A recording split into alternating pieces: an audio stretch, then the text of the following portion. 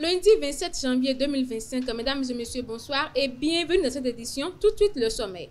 Affaire DGI au Bénin, Carlos Adorwano, ex-régisseur de la DGI et Blaise Salano, son féticheur ont été condamnés à 30 ans de réclusion criminelle et 1 milliard de francs CFA d'amende. Le point dans un instant.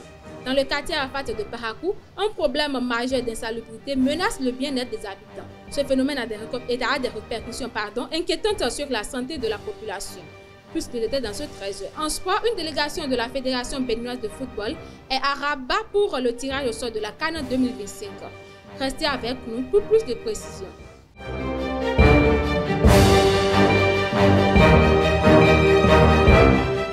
À nouveau, bonsoir chers internautes. La Cour de répression des infractions économiques et du terrorisme CRIET a condamné Carlos Adorwano, ancien régisseur de la Direction générale des impôts, et Blaise Salano, son fétiché à 30 ans de réclusion criminelle, 1 milliard de francs CFA d'amende pour détournement de fonds et blanchiment de capitaux. Le procès lié à la disparition de 4 milliards de francs CFA a également conduit à la confiscation de leurs biens et au versement solidaire de 7 milliards de francs CFA de dommages et intérêts à l'État béninois. Par ailleurs, plusieurs prévenus, dont Gustave Lambert-Ablé et d'autres proches des accusés, ont été acquittés au bénéfice du doute. Dans la ville de Parakou, précisément dans le quartier Arafat, la population est confrontée à un problème d'insalubrité grandissante. Une situation qui affecte non seulement la qualité de vie des habitants, mais aussi leur santé. Suivez ce reportage de Elvik Mbetoro, Mouidine Lawani et Abel Odio. Dans l'une des rues du quartier Arafat du Parakou, l'insalubrité prend des proportions inquiétantes. Les coins sont envahis par des tas d'ordures, des eaux stagnantes et des odeurs nauséabondes. Un tableau qui désole les habitants. Je pense que la population est ignorante parce que le quartier ne peut pas être dans cet état et la population va accepter vivre avec ces saletés.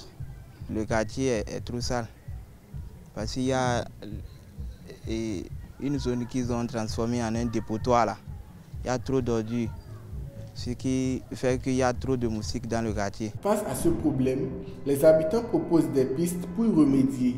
Ils recommandent la mise en place de points de collecte réguliers, des sanctions pour les inciviques et une campagne de sensibilisation pour éduquer la population aux bonnes pratiques d'hygiène. Ils en parlent. Il y a d'autres habitants qui sont aussi têtus.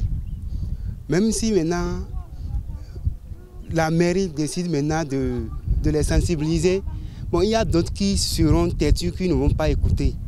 Parce que maintenant, l'endroit là où l'endroit est maintenant, ça peut causer beaucoup de maladies.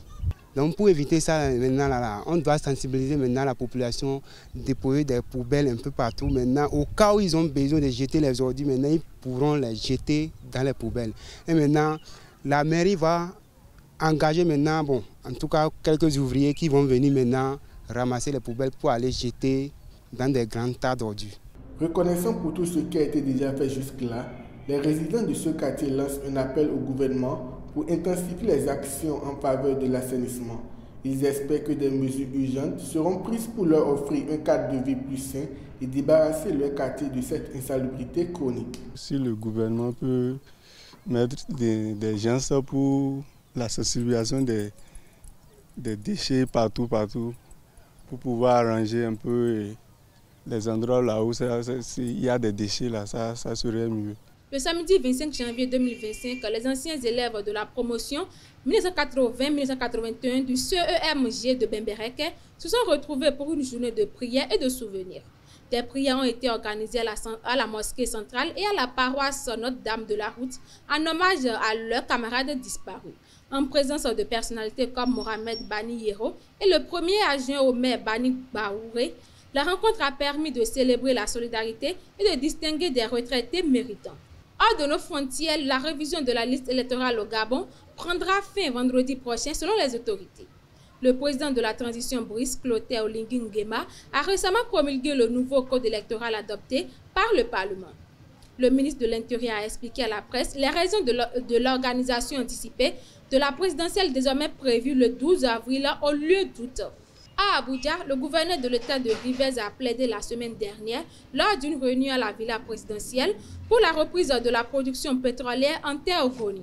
Étant présents, des représentants du peuple Ogoni et la Nigeria National Petroleum Corporation, une initiative vivement critiquée par une vingtaine d'organisations de la société civile.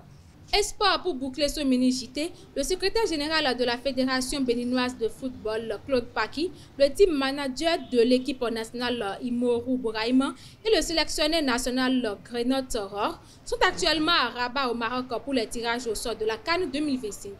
L'événement se tiendra ce lundi 27 janvier à 20h. Rappelons que le coup d'envoi de cette édition sera donné le 21 décembre 2025 et la finale le 18 janvier 2026. Réuni le jeudi 23 janvier 2025 à Lokossa, le comité exécutif de la Fédération béninoise de football FBF a statué sur l'affaire opposant Jeunesse sportive de Ouidah, JSO à Gleroué United Sport GUS. Les résolutions incluent l'annulation des licences de GUS, la relégation de la JSO en division inférieure et l'invalidation de ces résultats obtenus avec des licences annulées. Cette décision, aux impacts sportifs et administratifs, seront rigoureusement appliqués par le secrétariat général de la FBF. C'est tout pour ce mini-JT. Merci de nous avoir suivis et à très bientôt.